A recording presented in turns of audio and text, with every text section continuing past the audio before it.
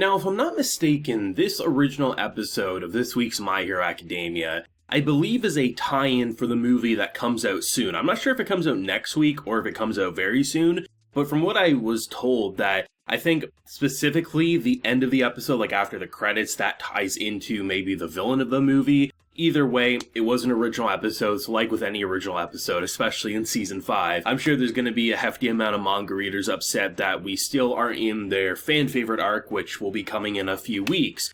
But for me, I've always felt like My Hero Academia is a very large cast of characters, so most likely, this is my opinion anyway, if people aren't looking online and haven't read the source material, people are going to assume that this just was pulled from the manga same as anything else, because currently, with the arc we're in, we're told that the students are going to train with other people and will get real-world experience. So focusing on the side cast for an episode, it kind of just makes sense. Any longer than that, sure, maybe it would raise some red flags, but had I not been told, I thought this is just part of the training arc. That yeah, Endeavor, Deku, and things like that, that would be the main focus, but focusing on some of the other characters and seeing some other side heroes, I mean, that's just nature of the business, I feel like anyway. And even though I don't have a lot to say about this specific episode, I do want to talk about just like the general formatting, because I see a lot of people say like we're wasting time and things like that, and I just kind of feel like maybe My Hero Academia for a lot of people is better in a binge. I'm probably not the only one thinking that, because for me personally,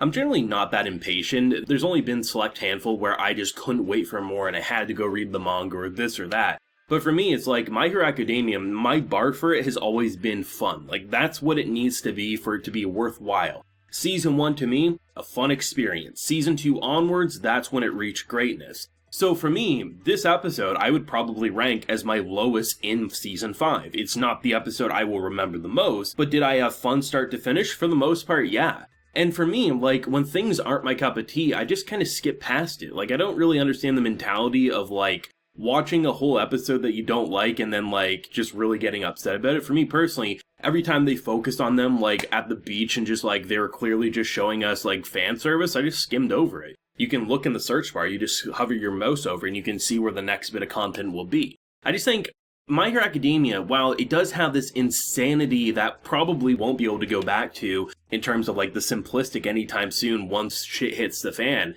I think just having fun is a simple thing that kind of gets overlooked so many times. For me, My Hero just needs to have characters being cool and fun and, you know, being who they are until things make it so they can't go back to it. You showed me an episode where a seal man punched a guy almost through a window. That's cool, that's fun, that's that childlike wonder that when I woke up on Saturday morning watching my superhero shows, that I was like, oh my god, I can't believe they just did that, that's so cool. And I feel like most people who watch My Hero Academia probably got a similar feeling. I'm not saying like this episode needs to be like raved about or anything. It's an episode that's fine to me, it's fun, it did what it needed to do. Once it got into the plane hijacking, where you have gravity thrown into the equation, that was probably the coolest part in the entire episode. But I mean, it's fun to see where everyone's at, especially considering like certain characters like Froppy, right? I mean, she gets to see the person she trained under, you know, in the previous arc there, and to see like how far they come. It's just a lot of fun, goofy shenanigans that, yeah, in the grand scheme of things, people could skip over this episode if they are watching it in a binge, or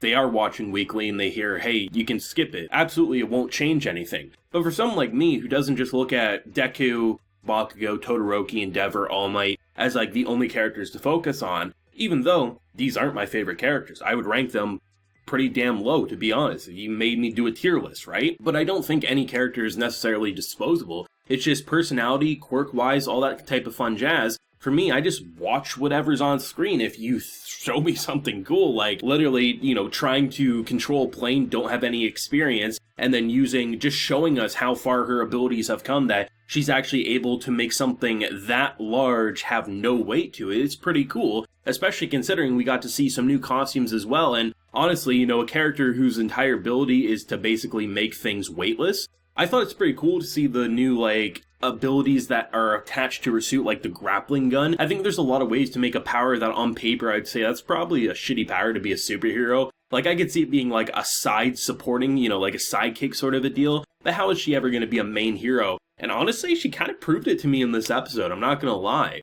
And honestly, even though I don't watch the movies, I do have plans to watch the My Hero Academia movies someday. Just for whatever reason, every time they come out, like, they never play near me in theaters and stuff. and by the time they come out, I'm like, you know what, I'm just gonna, like, probably when the show's over, I'll just watch all the movies alongside the episodes when I do a re-binge or something. But from what I hear, they're always good movies at the very least, and it just feels like another arc of My Hero Academia. And that's kind of what I feel with episodes like these. They're not anything that you're necessarily going to need to sit down, analyze, break down to the point that you would with, like, a hero killer arc or anything. But I mean, similar to, like, the first arc of Season 5, where it was just the students beating the shit out of each other, showing how far they come, figuring out what they need to work on. I like that stuff. And I think a big issue with this season isn't necessarily the structuring, because I think the structuring just feels like I probably would have assumed this is how it was in the source, is I do think there's a lot of expectations that are probably unfairly put on it, because, you know, it's perfectly natural to have fan favorite arcs and stuff,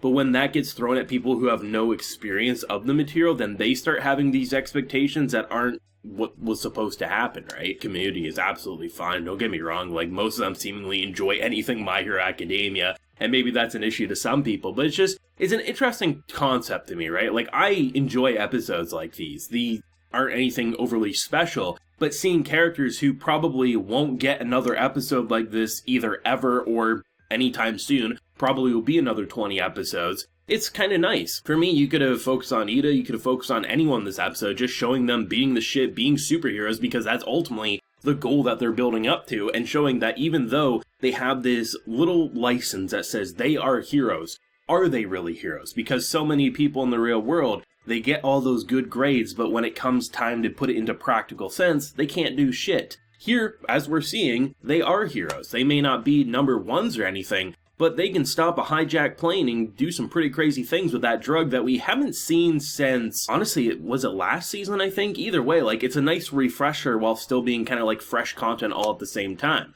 Not the craziest episode, but still a fun one nonetheless, and I mean, just simply put, like, just skip episodes you don't like or binge the show, because honestly, in a binge, this is the type of episode that would flow very naturally. In a weekly experience, you see it a lot with any big TV show. People are like, oh, I wanted to see this, and it felt like we had to wait 2 weeks to get to the good stuff. Me, show me some fun superhero shenanigans, show me a seal going underwater, using, you know, basically Aquaman level communication to then just completely sucker punching, and just showing me a cool ass dragon flying around. I'm a happy camper. Nothing insane, nothing extraordinary. We're probably not going to think too much about this episode past today, but still, it was a fun episode nonetheless. I just think sometimes the community in this fandom can be a little unfair, because they just always expect nonstop insanity, or like when things aren't their favorite arc, then it just completely gets swept under the rug. Not saying you need to like rave about the episode, but I do think there needs to be a little refresher in mentalities, at least in my opinion. But let me know your thoughts on this episode. What did you think? Do you enjoy episodes like these, or are these the types of episodes you just kind of skip out on, you wait for the next one, and you hope is better for you? Let me know down below. Drop a like if you enjoyed the video, and subscribe if you're new around here. So until next time, everyone, please take care and have a good one.